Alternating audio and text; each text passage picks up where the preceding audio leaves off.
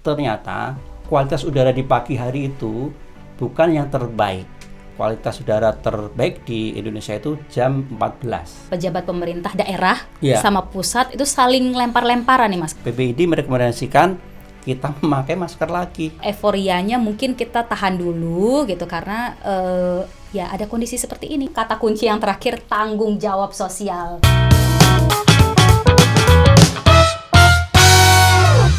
Halo sahabat kompas.com semuanya, dimanapun Anda berada. Ketemu lagi dalam Ruang Jernih bersama saya Veronica Kaban, dan di sini masih bersama Mas. Saya Amir Sodikin. Kita akan berbincang-bincang sesuatu yang menarik lagi hari ini ya Mas ya. Tapi kita mulai dengan ucapan selamat ulang tahun dulu. Oh iya betul, selamat ulang tahun buat Happy DKI birthday Jakarta. ya, ke 495. Wow. Udah dapat apa aja nih Mas Amir? Ada biasanya diskon. Wow, banyak Terus sekali ya. Coba-coba lihat, siapa tahu dalam sepekan ini biasanya rame ya. Iya. Mas ya, gitu apa aja. Tetapi sayangnya Mas Amir, kita ada sesuatu yang tidak menyenangkan juga kan di pekan ini terkait dengan ibu Iya. kota dan Indonesia sih. Ya menurut saya wajar sih, ya semua kota akan mengalami itu ya, baik dan buruk. Kemudian apa ya, yang plus dan minus menurut saya biasa. Yang ini mungkin tidak hanya dialami oleh Jakarta yang kita bahas ini soal penurunan kualitas udara. Jadi ada yang namanya indeks kualitas udara atau Air Quality Index ya, Air Quality Index, indeks kualitas udara. Kalau disingkat tuh AQI gitu ya, IQ gitu ya. Itu menjadi semacam apa ya, standar pengukuran yang kita selama ini pakai di berbagai aplikasi dan juga dikutip berbagai media massa. Nah, terakhir memang di berita-berita kita itu lagi rame tuh indeks kualitas udara di Jakarta diisukan terburuk di seluruh dunia. Tapi setelah di cross check berbagai narasumber, dia bilang, oh itu bukan sesuatu yang istilahnya mutlak atau sesuatu yang setiap sekian rentang waktu itu baku, Akan begitu ya. begitu. Itu sangat fluktuatif dan dinamik, dan bahkan dibantah juga ya dari KLHK segala bahwa model pengukurannya berbeda nih gitu ya. Ternyata kita tidak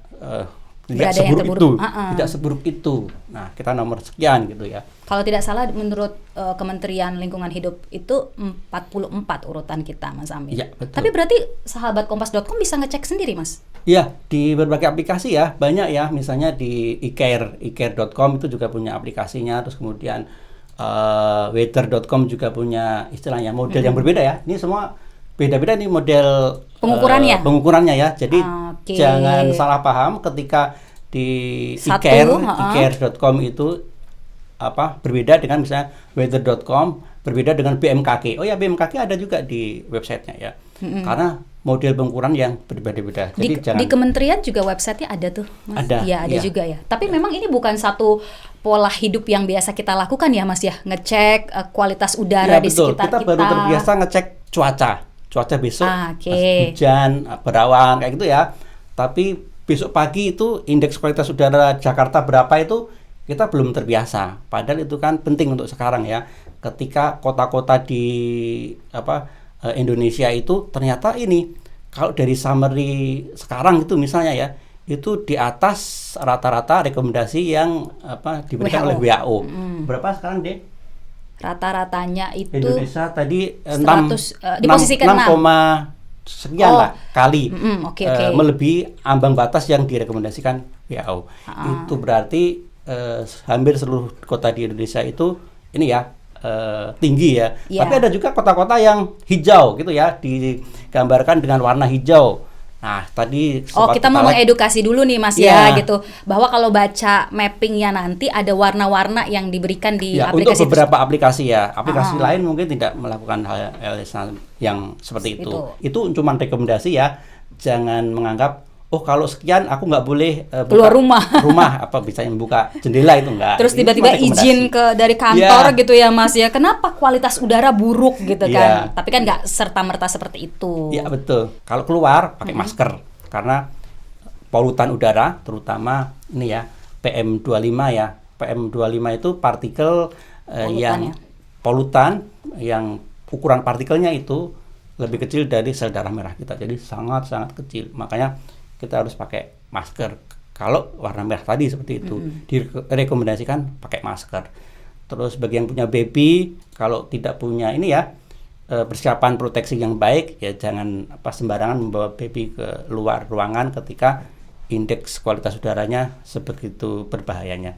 Di IKR ada kok cara membacanya itu ya, jadi nanti bisa dilihat apakah itu sedang, apakah itu bahaya untuk kelompok rentan kayak gitu. Itu ada 6 ukurannya ya, dari baik yang warnanya hijau sampai yang ungu tuh, yang buruk sekali ya, kalau tidak salah ya. Iya, atau sebutannya bahkan mungkin lebih dari buruk sekali itu. Ini bisa jadi panduan untuk ini bagi teman-teman yang suka sepedaan ya, lari pagi, jogging, itu pakai itu. Bahkan katanya datanya itu kalau kita kan asumsinya pagi hari adalah segar gitu. Iya, betul. Ada baca di beberapa data gitu Mas, malah pagi hari itu malah membahayakan. Betul. Ternyata ini yang perlu kita luruskan ya. Dan juga sobat kompas.com pahami bahwa ternyata kualitas udara di pagi hari itu bukan yang terbaik. Justru hasil dari ini ya riset yang mengumpulkan data indeks kualitas udara itu, kualitas udara terbaik di Indonesia itu jam 14 siang ya, berarti jam 2 siang. Jam 2 siang.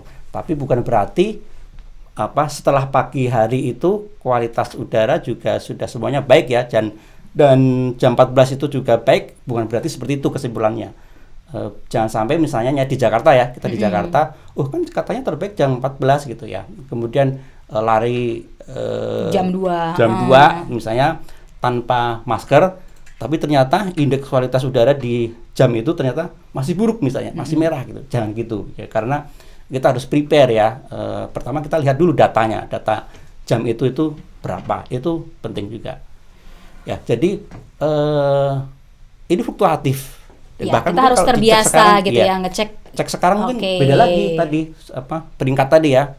Iya. Tapi sebenarnya sebahaya itu nggak sih Mas? Kan hampir semua berita nih dalam satu pekan ini tuh membahas soal kualitas udara di Jakarta, kemudian habis itu dibantah oleh beberapa pihak. Tapi memang ini sebegitu membahayakan, karena saya baca tuh kayak sama dengan kita ngerokok gitu ya, karena saya bukan perokok ya, jadi kan nggak tahu bahayanya apa, cuman melihat dari beberapa informasi gitu ya, bahaya kanker misalnya, terutama kanker paru-paru ya, karena polutan udara itu karsinogenik, jadi bisa memicu tadi ya kanker ya, seperti itu.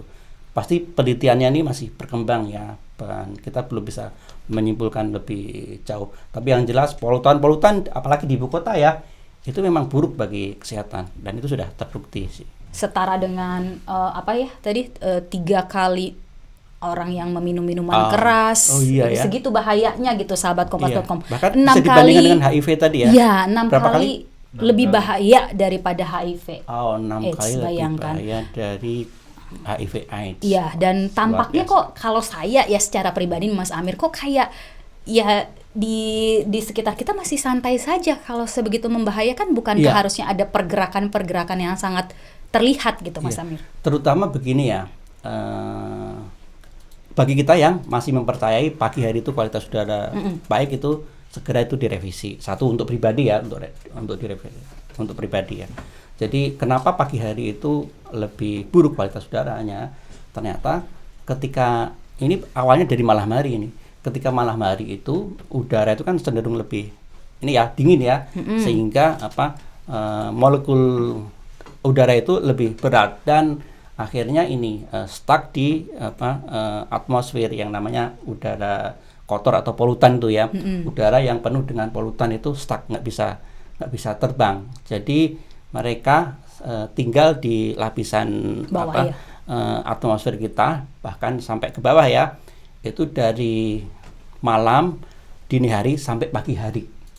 Terkunci gitu ya bahasa sederhananya Mas ya. Oke. Nah, kadang kita juga melihat industri-industri itu ketika malam hari mereka menganggap malam hari itu aman untuk mengeluarkan polusi udara. Misalnya dia memproses dia prosesnya itu di malam hari, karena menganggap malam hari itu yang aman untuk melepas polusi, misalnya pabrik gitu ya. Ternyata enggak, itu justru makin membahayakan, karena ketika lo membuang polusi berupa cerobong asap, melalui cerobong asap itu malam hari itu ada fenomena inversi, di mana pada malam hari itu udara di bawah itu lebih dingin dibanding di atas. Karena tidak ada sinar matahari tadi ya. Dingin di bawah, permukaannya itu lebih dingin. Si asap tadi itu sebenarnya nggak bisa langsung terbang bebas ke udara, justru stuck di situ. Dan itu akan menambah polusi malam hari sampai pagi hari.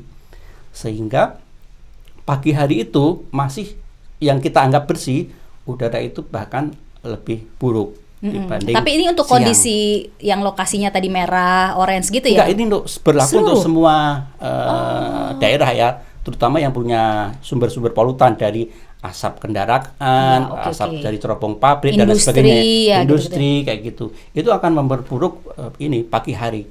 Jadi kemudian setelah ada matahari, baru molekul udara itu merenggang dan itu lebih ringan sehingga dia baru terbang, dilepas ke udara. Nah, sehingga itu yang jam 8, 9 itu lebih baru makin lebih panas ya. Karena dia lebih ringan dan sudah terbang itu. Itu seperti itu prosesnya. Sehingga kita lebih hati-hati. Satu itu individu tadi ya, pentingnya memahami karakteristik di pagi hari bahwa ternyata pagi hari itu tidak sehat yang kita pikirkan. Okay. Proteksinya perlu misalnya masker gitu ya.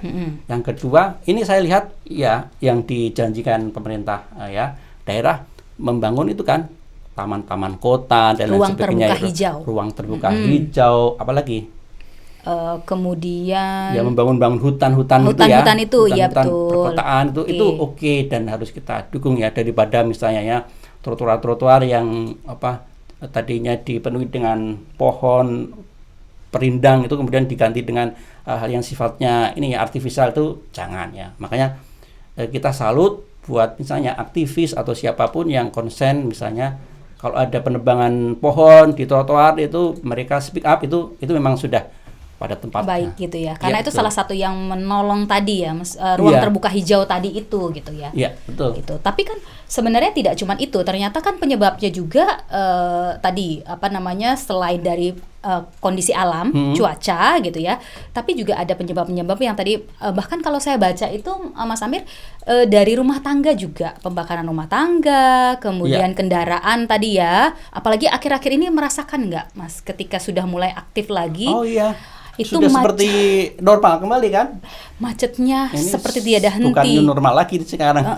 Dan bahkan kalau saya lihat kondisi misalnya kok berasa ini mau mendung, padahal kok nggak hujan gitu. Oh iya. Suka ya, merasa itu begitu. Ya, itu terasa sekali. Saya pikir akan hujan nih karena kan mendung. Ternyata mungkin itu polusi yang tadi terkunci tadi itu ya, Mas. Ya berarti secara sederhana kita ya sahabat kompas.com dan kita semua sih harus rajin tadi mengecek bagaimana kualitasnya, terus bagaimana melihat kondisi yang sebenarnya bisa real dilihat gitu. Dan juga mendukung tadi upaya-upaya yang dilakukan pemerintah. Salah satunya misalnya ya kalau bisa mengurangi penggunaan transportasi pribadi gitu ya. Tapi kan kalau kita bekerja sendiri kan nggak sanggup, Mas Amir. Ya, ini memang harus dilakukan secara istilahnya terstruktur gitu ya, struktural. Struktural artinya dari ini lembaga pemerintah yang itu menginisiasi atau menjadi motor gitu ya. Tepat di saat yang bersamaan gerakan atau inisiatif warga itu diperlukan karena ini tidak bisa selesai hanya dengan misalnya tadi ya ruang terbuka hijau kayak gitu. Ini perlu gerakan bersama juga, misalnya menanam pohon dan lain sebagainya. Mungkin klise ya dianggap ini sebagai itu kan sudah sering dikatakan dan klise gitu. Tapi itu begitulah cara kerjanya ini ya alam semesta kita dalam menangani ini ya, merespon misalnya polusi-polusi itu ya. Mau nggak mau akan seperti itu. Tapi kan kondisinya misalnya kalau saya baca beberapa misalnya pejabat pemerintah daerah sama pusat itu saling lempar-lemparan nih Mas. Kalau kondisinya di Jakarta ya, ini sahabat kompas.com kalau ngomonginnya di Jakarta gitu, karena ada yang menyampaikan bahwa ya kan pengaruhnya Jakarta karena udara di sekitarnya gitu. Nah, terus kementerian didoronglah kementerian. Terus pusat juga mendorong harusnya yang daerahnya gitu. Gimana tuh Mas? Iya, menurut saya fair saja ya. Artinya begini, ada porsi pemerintah pusat dan juga ada porsi dari pemerintah daerah yang harus dilakukan. Nah, kalau untuk ini ya, cuaca ini ya dan cuaca dan terkait dengan kualitas udara, mau tidak mau kita harus duduk bersama-sama ini. BMKG saya rasa bisa menjadi pionir untuk bisa handle pengukuran indeks kualitas udara dan selain cuaca tadi ya, yang sudah jadi makanan sehari-hari di BMKG. Yang pengukuran indeks kualitas udara ini yang saya lihat belum begitu masif karena hanya beberapa kota ya. Dan kontroversial lagi Mas, karena hari ini kalau tidak salah di Twitter ada yang mempertanyakan juga, ini kita mau pakai indeks yang mana nih? Iya. Kenapa punya Kementerian Hijau, punyanya beberapa aplikasi merah? Emang bisa beda. Oh, berarti harusnya kita punya standar satu, tapi titik-titiknya banyak. Setidaknya pemerintah punya standar sendiri. Itu dulu. Kalau swasta mau pakai metode lain, ya itu sah-sah saja ya. Nggak bisa dicegah oleh pemerintah. Pemerintah, iya betul. Karena swasta punya standar juga ya, misalnya di industri mereka ya. Itu silakan, tapi secara etik kalau mereka mendeklar metodologinya itu sudah fair. Metodologinya seperti apa itu yang fair ya. Ada bahkan misalnya ya di pihak ini ya, platform teknologi itu hanya berdasarkan prediksi dari citra satelit, ada juga itu. Nah, itu akurasinya pasti jauh di bawah misalnya platform-platform yang secara khusus misalnya naruh device itu ya, biasanya berupa device device pintar gitu untuk bisa merecord kualitas udara di sekeliling gitu. Dan bahkan kita sebenarnya bisa berpartisipasi. Oh, kayak swasta di website IQ itu ya, dia betul. Mencari kontributor untuk bisa membantu mengecek kondisi udara di sekitarnya gitu. Saya lihat bahkan Kementerian KLH itu juga punya kontribusi di situ untuk menyediakan device itu pengecekan kualitas udara. Saya pikir itu fair. Tapi misalnya ya kalau BMKG mau mendevelop sebuah aplikasi untuk memantau kualitas udara, itu akan lebih bagus karena itu pemerintah punya data kan. Pemerintah punya data dan punya cara untuk mendeploy itu ke berbagai kota misalnya seperti itu. Oke. Jadi lebih real di sejumlah tempat, lebih ideal gitu ya. Seperti kalau misalnya ada kondisi-kondisi yang membahayakan kayak peristiwa-peristiwa kan BMKG langsung informasikan ke sejumlah pihak terkait gitu ya. Iya betul. Nah, terkait kualitas udara ini memang ini ya sensitif karena terkait dengan citra kepala daerah gitu ya. Tapi sebenarnya ya kalau kita sadari bahwa kota-kota metropolitan di Indonesia itu memang cenderung bergerak polutif ya, harus disadari. Tidak cuma Jakarta ya, kita harus fair juga ya. Tidak cuma Jakarta yang sedang trennya itu polusinya naik ya. Kalau beberapa minggu ini saya amati Surabaya itu juga seperti itu. Surabaya tinggi, cuman hari ini saya cek Surabaya lebih rendah ya. Nggak turun, kalau nggak salah nggak masuk dalam yang terburuk ya. Hari sore ini ya. Tapi mungkin beberapa hari yang lalu saya cek sempat tinggi. Nah, memang dinamik ini yang harus kita terima sebagai sebuah kenyataan yang kita nggak perlu denial adalah kota-kota metropolitan di Indonesia itu bergerak ke arah yang polutif. Dan bahkan tadi ya rata-rata itu 6 kali sekian ya. Jadi dari lebih ambang batas ya. Jadi bisa dibilang kalau itu sudah menjadi metropolitan, maka kita harus hati-hati pakai masker dan lain sebagainya. Nah, itu terkait pakai masker yang barusan Mas Amir sampaikan gitu. Berarti sekarang itu kita disarankan atau diwajibkan selain COVID nih ya Mas ya. Gimana tuh Mas? Nah, ini inline nih dengan anjuran dari PPID ya. PPID merekomendasikan kita memakai masker lagi. Di ruang terbuka ya. Gimana menurut Mbak Vika nih? Ya. Agak tiba-tiba dianjurkan boleh lepas. Iya. Sekarang dianjurkan lagi memakai gitu. Tapi sebenarnya kan saya rasa gitu ya, untuk dianjurkan kembali sebenarnya tidak sesulit dulu pertama kali kita membiasakan masyarakat untuk pakai masker dimanapun gitu sebenarnya.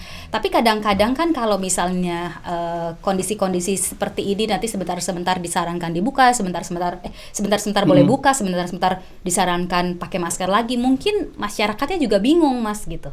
Iya, mungkin seperti itu. Dan kita lihat juga percakapan di media sosial juga menuju ke situ ya.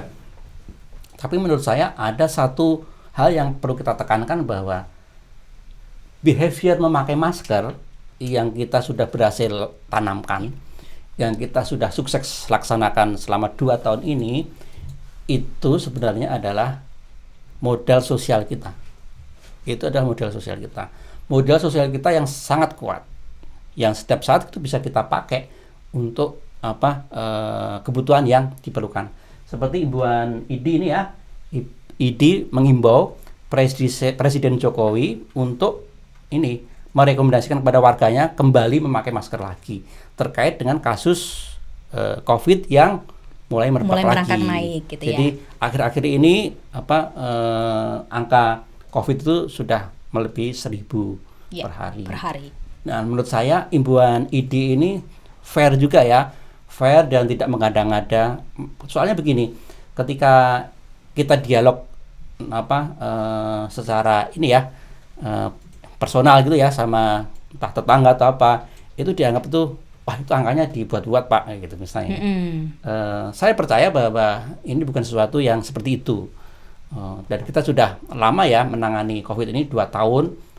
Kita yakin dan kita percaya pada data, sehingga ketika data itu naik ya memang benar-benar naik. Bahkan kita bisa mengatakan bahwa secara real, secara faktual kemungkinan itu angkanya jauh lebih tinggi dibanding yang tercatat, yang terdata. Karena yang terdata kan paling dalam proses itu ya, mereka mau perjalanan kemudian tes misalnya ya COVID gitu ya, atau mereka mau ketemu orang dalam suatu meeting, mereka diminta tes kemudian terbukti. Tapi di luar itu pasti lebih banyak lagi. Karena sosial kita sekarang sudah terbiasa menggunakan masker, apalagi ini ada 2 nih rekomendasi dari ini kan karena kondisi COVID yang mulai merangkak naik gitu ya. Tapi plus ada kondisi yang saat ini harusnya menjadi perhatian khusus bagi sahabat kompas.com gitu ya, bahwa kondisi udara. Apa salahnya kita lebih mengamankan diri sendiri dulu gitu ya Mas betul. Ya. Terutama yang di luar ya, di outdoor gitu. Menurut saya it's okay kita pakai masker lagi gitu ya, dan saya selama ini kalau di luar pasti selalu pakai masker. Ya. Walaupun ada kondisi-kondisi khusus ya gitu, dan harapannya kan kita sama-sama bisa menjaga ya supaya angkanya itu tidak terus naik gitu. Mungkin ada beberapa kondisi yang mengagetkan kemarin karena tiba-tiba sudah mulai bekerja kembali dengan sistem yang berbeda-beda, kemudian aktivitas sudah mulai hidup kembali gitu. Jadi mungkin terus sudah ada anjuran boleh melepas masker di luar ruangan gitu ya. Nah, tapi sekarang ada lagi nih anjurannya untuk kembali memakai masker. Jadi kayaknya kok euforianya mungkin kita tahan dulu gitu, karena ya ada kondisi seperti ini. Karena di sosial media nih Mas, kan udah mulai ada festival musik. Iya betul, itu sudah olahraga ya kan ramai. Gitu kan. Walaupun dalam ruangan, luar ruangan gitu. Ada beberapa momen yang tercapture tidak pakai masker. Akan lebih baik kita supaya tidak kembali ke kondisi yang dulu ya, kita pakai masker lagi. Oke, sahabat kompas.com, kata kunci yang terakhir tanggung jawab sosial. Demikian Mas Amir, ruang jernih kita hari ini. Semoga bermanfaat sudah ya. Bisa ini ya mengikuti obrolan kita ya. Oke, terima kasih. Nanti sampai saksikan ketemu di YouTube-nya kompas.com di episode berikutnya. Ya. Sampai jumpa. Bye.